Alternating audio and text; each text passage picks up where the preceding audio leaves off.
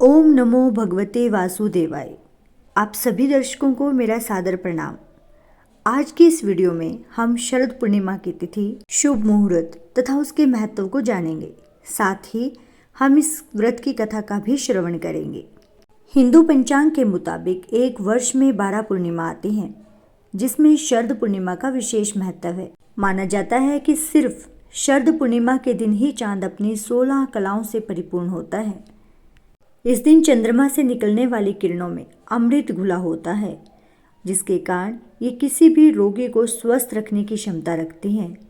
एक कथा के अनुसार जब समुद्र मंथन किया जा रहा था, तब शरद पूर्णिमा के दिन ही माँ लक्ष्मी प्रकट हुई थी। इस कारण शरद पूर्णिमा के दिन चंद्रदेव के साथ साथ माँ लक्ष्मी की पूजा करना भी बहुत शुभ माना जाता है। माना जाता है कि इस दिन माँ लक्ष्मी धरती पर ही होती हैं और वे अपने भक्तों पर अपनी कृपा बरसाती हैं। इस दिन माँ का विधिवत पूजन करने से सुख, समृद्धि, धन और वैभव की प्राप्ति होती है। इस वर्ष शरद पूर्णिमा की तिथि 9 अक्टूबर है। पूर्णिमा तिथि की शुरुआत 9 अक्टूबर को सुबह 3:41 से हो रही है तथा इसकी समाप्ति 10 अक्टूबर को सुबह 2:25 पर है।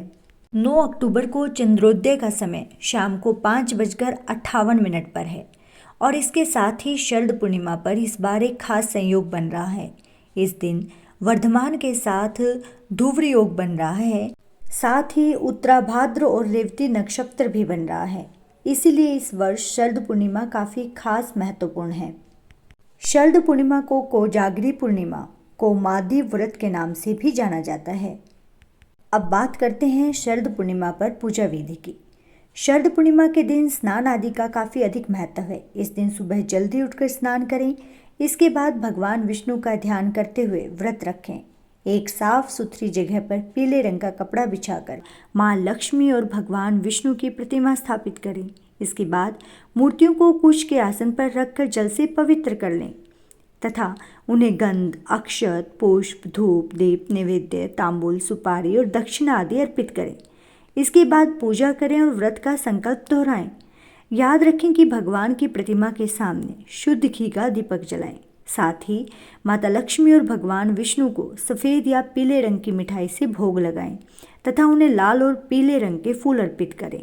इसके बाद विष्णु जी की आरती कर लें। दिन में किसी समय खीर बनाकर रख लें। शाम के समय चंद्रमा निकलने पर मिट्टी के 100 दिए या अपने सामर्थ्य के अनुसार गाय के शुद्ध घी से दिए जलाएं। साथ ही रात के समय छोटे बर्तनों में खीर रखकर उसे चंद्रमा की रोशनी में किसी छालनी से ढककर रख दें। अगले दिन ब्रह्म मुहूर्त में स्नान आदि करने के बाद माँ लक्ष्मी को खीर अर्पित करें और फिर प्रसाद के रूप में परिवार के सभी लोगों के साथ खीर का भोग ग्रहण करें। इस दिन माता लक्ष्मी और भगवान विष्णु की पूजा करने से अपार धन व वैभव का आशीर्वाद मिलता है। हर महीने में पड़ने वाली पूर्णिमा तिथि पर व्रत करने से भगवान विष्णु और माँ लक्ष्मी की विशेष कृपा प्राप्त होती है। माँ लक्ष्मी और भगवान विष्णु का आशीर्वाद प्राप्त करने के लिए एक साहूकार की 2 बेटियां महीने में आने वाली हर पूर्णिमा को व्रत किया करती थी। इन दोनों बेटियों में बड़ी बेटी पूर्णिमा का व्रत पूरे विधि विधान से किया करती थी, जबकि छोटी बेटी व्रत तो करती थी लेकिन नियमों का पूरी तरह से पालन नहीं करती थी। नियम को आडंबर मानकर उनकी अनदेखी करती थी। जैसे ही दोनों बेटी बड़ी हुई, साहूकार ने दोनों बेटियों का विवाह कर दिया। बड़ी बेटी के घर समय पर स्वस्थ संतान का जन्म हुआ। छोटी बेटी को भी संतान हुई, लेकिन उसकी संतान ने जन्म लेते ही दम तोड़ दिया। जब उसके साथ ऐसा 2 से 3 बार हो गया तो उसने एक ब्राह्मण को बुलाकर अपनी पूरी व्यथा सुनाई और साथ ही इसका उपाय बताने के लिए कहा। उसकी सारी बात सुनकर और कुछ प्रश्न पूछने के बाद ब्राह्मण ने उससे कहा कि तुम पूर्णिमा का अधूरा व्रत करती हो, इस कारण तुम्हें व्रत का पूरा फल नहीं मिल रहा है और तुम्हें अधूरे व्रत का दोष लगा है। ब्राह्मण की बात सुनकर छोटी बेटी ने पूर्णिमा व्रत पूरे विधि विधान से करने का निर्णय लिया, लेकिन पूर्णिमा आने से पहले ही उसने एक बेटे को जन्म दिया। जन्म लेते ही बेटे की मृत्यु हो गई। इस पर उसने अपने बेटे के शव को एक पीढ़े पर रख दिया और ऊपर से एक कपड़ा इस तरह से ढक दिया कि किसी को पता ही न चले। फिर उसने अपनी बड़ी बहन को बुलाया और बैठने के लिए वही पीढ़ा दे दिया। जैसे ही बड़ी बहन उस पीढ़े पर बैठने लगी, उसके लहंगे की किनारी बच्चे को छू गई और वह जीवित होकर तुरंत रोने लगा। इस पर बड़ी बहन पहले तो डर गई, और फिर छोटी बहन पर क्रोधित होकर उसे डांटने लगी कि क्या तुम मुझ पर बच्चे की हत्या का दोष और कलंक लगाना चाहती हो? मेरे बैठने से यह बच्चा मर जाता तो? इस पर छोटी बहन ने उत्तर दिया, यह बच्चा मरा हुआ तो पहले ही था दीदी। तुम्हारे तप और स्पर्श के कारण तो यह जीवित हो गया। पूर्णिमा के दिन जो तुम व्रत और तप किया करती हो, उसके कारण तुम दिव्य तेज से परिपूर्ण और पवित्र हो गई हो।